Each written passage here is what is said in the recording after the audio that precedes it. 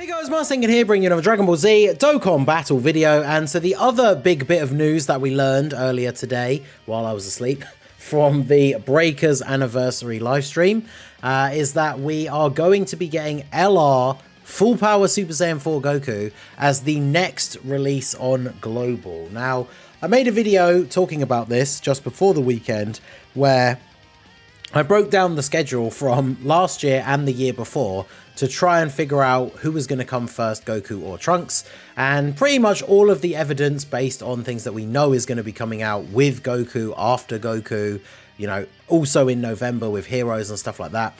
Everything pointed towards Trunks, and that was the prediction that I made.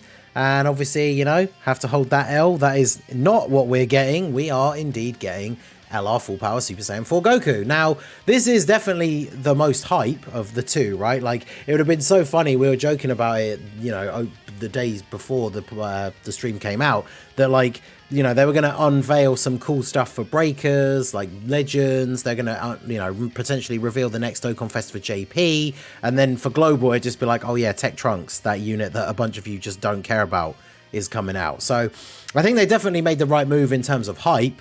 LR Super Saiyan 4 Goku is definitely a unit that people are more excited to summon for than Trunks.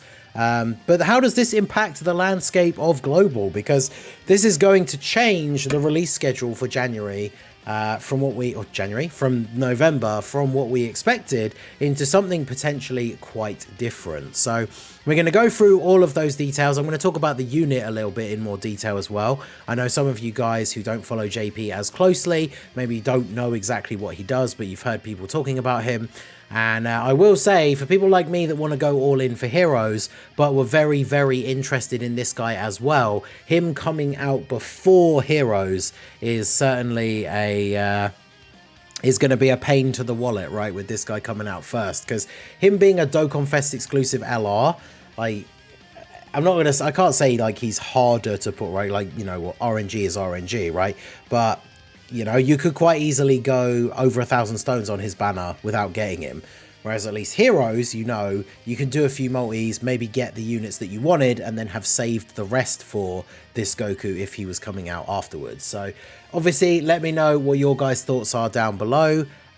Make sure you guys hit that like button on the video, and let's get into the details for the Super Saiyan 4 Goku here. So Super Saiyan 4 Goku leads GT Heroes or Full Power 170%, gives an extra 30% for characters who belong to Pure Saiyans or Hybrid Saiyans. So the leader skill itself is not the craziest, right? Full Power or GT Heroes, most of the characters on GT Heroes for the most part are Pure Saiyans or Hybrid Saiyans, right? And then Full Power, I mean, you've got a few good units on there that are Pure and Hybrid Saiyans, but overall his leader skill, whilst it's not like bad, it's definitely not like an insanely powerful leader skill. But of course the unit is on a ton of categories. I mean, just look at all the categories that he's on, right?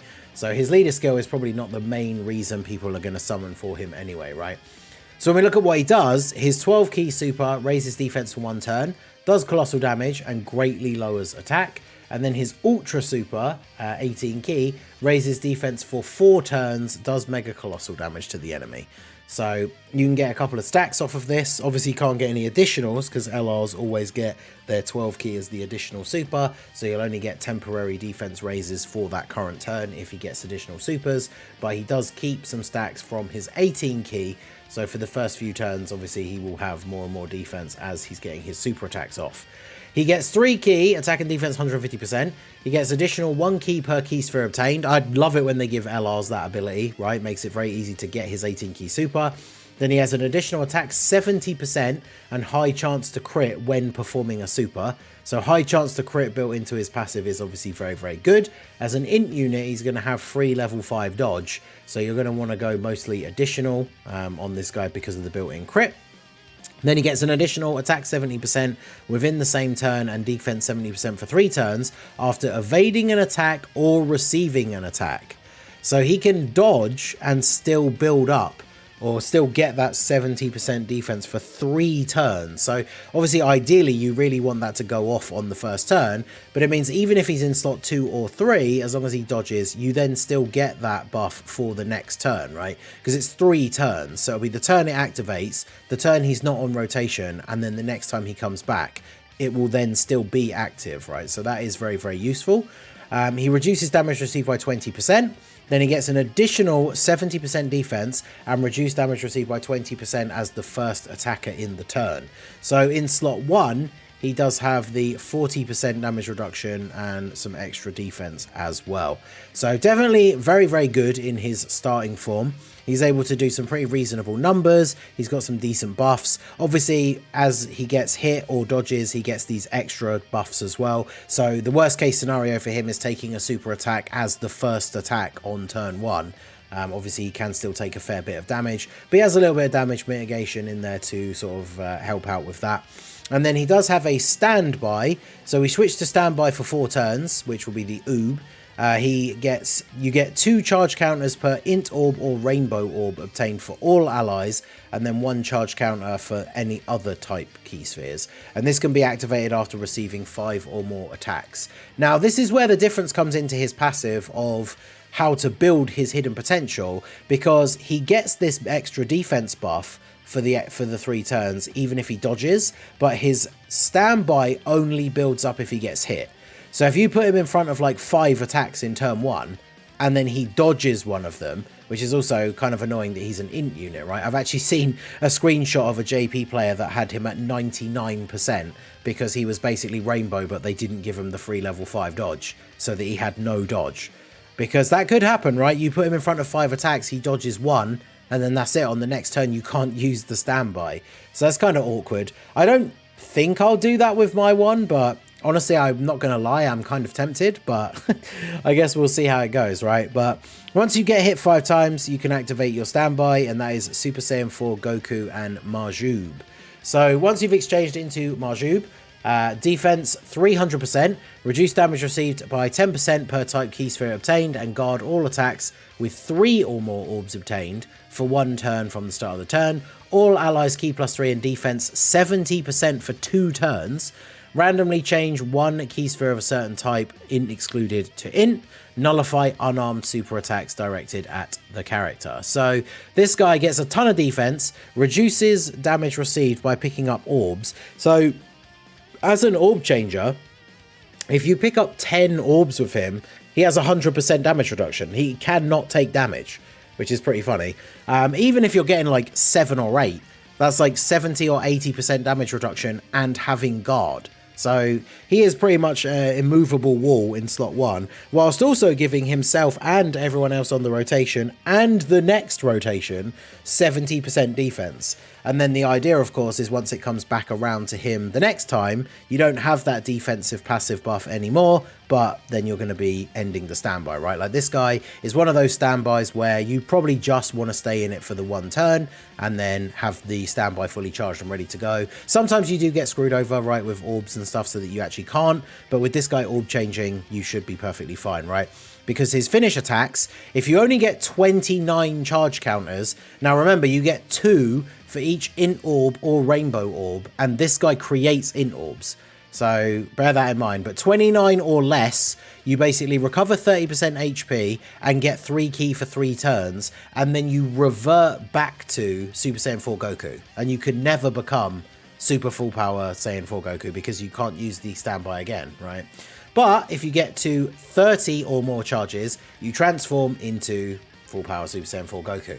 And once this guy comes out, he's absolutely insane. So depending on how your RNG goes, right, for the beginning of the event, what you ideally want, if possible, is for Goku to take 5 hits literally in the first turn, exchange into Oob on his next appearance, and then transform into Full Power Super Saiyan 4 Goku on the next appearance, which, you know, is still going to be the earliest turn 5, but even in these new, shorter, difficult events from the Worldwide Celebration, you are still seeing turn 5, right, most of the time. Now, once you've transformed into full power Super Saiyan 4 Goku, you get raise attack and defense for 1 turn, colossal damage to the enemy and greatly lower attack, and then the Ultra Super is greatly raise attack for 1 turn, raise defense for 4 turns, mega colossal. So basically adding in attack raising onto his super attack effects from his previous form. Then you recover 77% HP, because remember, if you don't get the full charge standby, it still gives you a heal, whereas the fully charged one gives you a much bigger heal. He has guard for 1 turn, so basically the turn you transform into full power, he has guard for that turn. He also gets guaranteed crits for 3 turns. He gets 7 key, attack and defense 200%, 2 extra key per int or rainbow orb. So he pretty much like auto hits 24 key supers, right?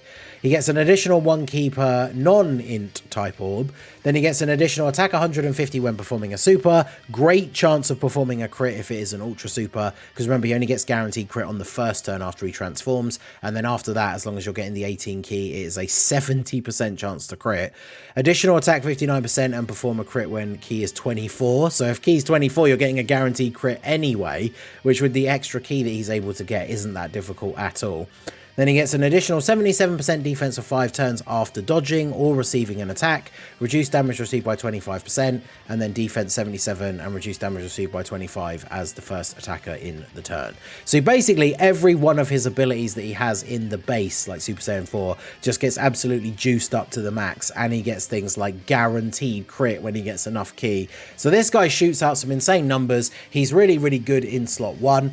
So he's the unit that, you know, units like LR Super Saiyan 4 Gogeta, the LR GT duo from the last anniversary, he's the unit that these guys wanted, right? The solid slot 1 unit that you put with them, lets him go crazy, he can go crazy himself, and he is going to be very, very good. And obviously with heroes on the horizon, Limit Breaker Super Saiyan 4 Vegito is coming out, Limit Breaker Super Saiyan 4 Broly, normal Super Saiyan 4 Vegito is getting his Easy A, and he is a giant 8 power support unit that has super attack counters and is also not a slot 1 unit, so very good to pair up with this Goku. If that Super Saiyan 4 Vegito Easy A is strong enough for him to be run on main rotation, because chances are, even if he is really good, a lot of team builds you're going to want to use him as like a 3rd slot floating support unit that holds his own in slot 3 because he's got good defense and can counter supers. But if he's strong enough to be on run on rotation, you put him next to this guy and they're going to share Super Saiyan, Prepared for Battle, Saiyan Raw, Fierce Battle.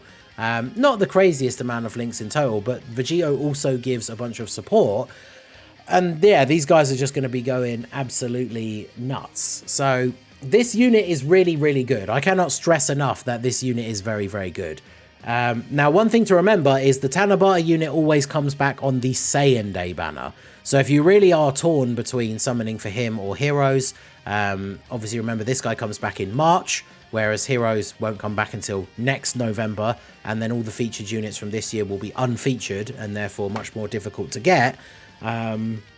So it's a bit of a tough one, right? Because obviously this guy, unless the heroes units are incredibly good and not restricted, this guy probably will be better than any one of those individual heroes units. It's very likely that he will be, right?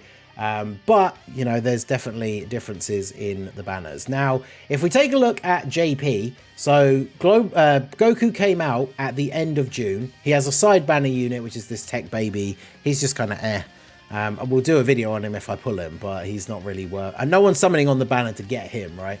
But he came out at the end of June.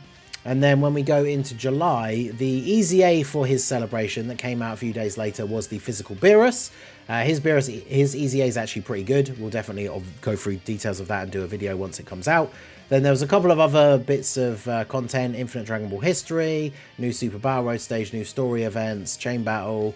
This is where JP got the Easy A for God Goku, which obviously Global already has. And then we moved all the way down to the 20th of July, and this is where JP then got the Carnival LR Omega Shenron and some of these other GT side banner unit Easy A's. This is where things start to get confusing for Global as to how this timeline is going to change for us going forwards, because these Omega came out basically 3 weeks after Goku. Now, if we take a look at the timeline for not last year, the year before, this is the last year where the Tanabata LR came out at the beginning of November, which was Tech Super Gogeta, or Tech Goku Vegeta that fused into Super Gogeta. These came out on the 4th of November. Then we scroll down and there was a lot of like just nothing going on, like a few easy A's and stuff. And then Heroes came out on the 25th. Now the 25th is basically 3 weeks later, right? So we know for this year that Heroes is actually coming out on the 21st or the 22nd, depending on your time zone, which means they're coming out less than 3 weeks after Goku. So the thing that's going to be very interesting to see is, are they going to try and fit Omega in between this and Heroes? Because if they do, they're only going to really be able to wait like a week, maybe like a week and a half. Because even if they wait 2 weeks, right, we're going to be at the 18th of November, which is here. This is where Omega would be coming out, and then Heroes is going to come out like 3 days later. Now, if you're a spender, or even if you're not, that's not really the biggest issue, because let's be honest, the LR Omega Shenron sucks. He's an easy skip for like most people, I would say. But it seems very strange for them to squeeze up the schedule so much that we'd get Dokkan Fest LR Goku, then like a couple of weeks later we get a Carnival LR, then a couple of days later we get the Heroes celebration. Because then nothing else came out at the end of November for Global in 2021.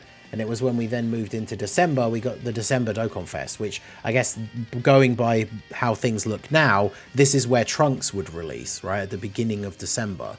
But then as we scroll down here, we had Hit and God Goku was the Christmas, like, carnival, essentially a carnival banner, right? That's what they'll be now. Is Omega going to come out here instead and be a gap between him and Goku, which means Trunks comes out between Goku and Omega? That seems very strange, but I mean, that could be how it pans out, because if we look at last year, we got the November Dokkan Fest, which this is where Trunks would have been. Then we got Heroes.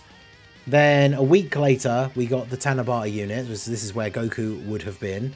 And then as we go into December, there was like a little bit of a gap. And then on the 12th of December, this was the Part 2 LR from the Tanabata, and it was the Carnival banner.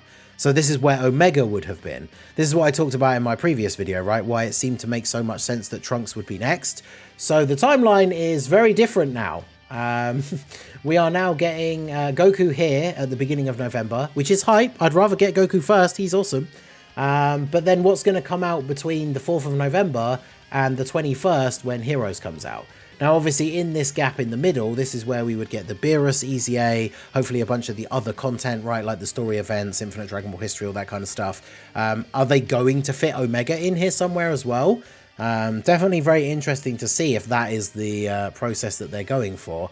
But let me know what you guys think down below in the comment section. Are you excited to summon for Goku? Are you going to skip him for Heroes? The one thing that we don't know as well is we won't know until the banner comes out for Goku and we see the dates on it. But remember, there is the possibility that Goku will still be, like, his banner could still be up when the Heroes comes out. Or the other thing that will be very beneficial for us is that his banner should still be up when we find out the details of the Heroes units and we find out their kits. So as much as it sucks to be patient if you're a free-to-play player or a low spender and you kind of want to summon for Heroes, you can wait until the details for the Heroes units come out and we get to see if they are actually going to be very good or if they're going to be heavily restricted again, and then you could still choose to summon for Super Saiyan 4 Goku, because I'll do a video in more detail about his banner when it's closer to the time of the banner coming out. But for the last couple of years, the Tanabata banner has had discounts as well, so Goku's banner definitely is going to be an attractive one to summon on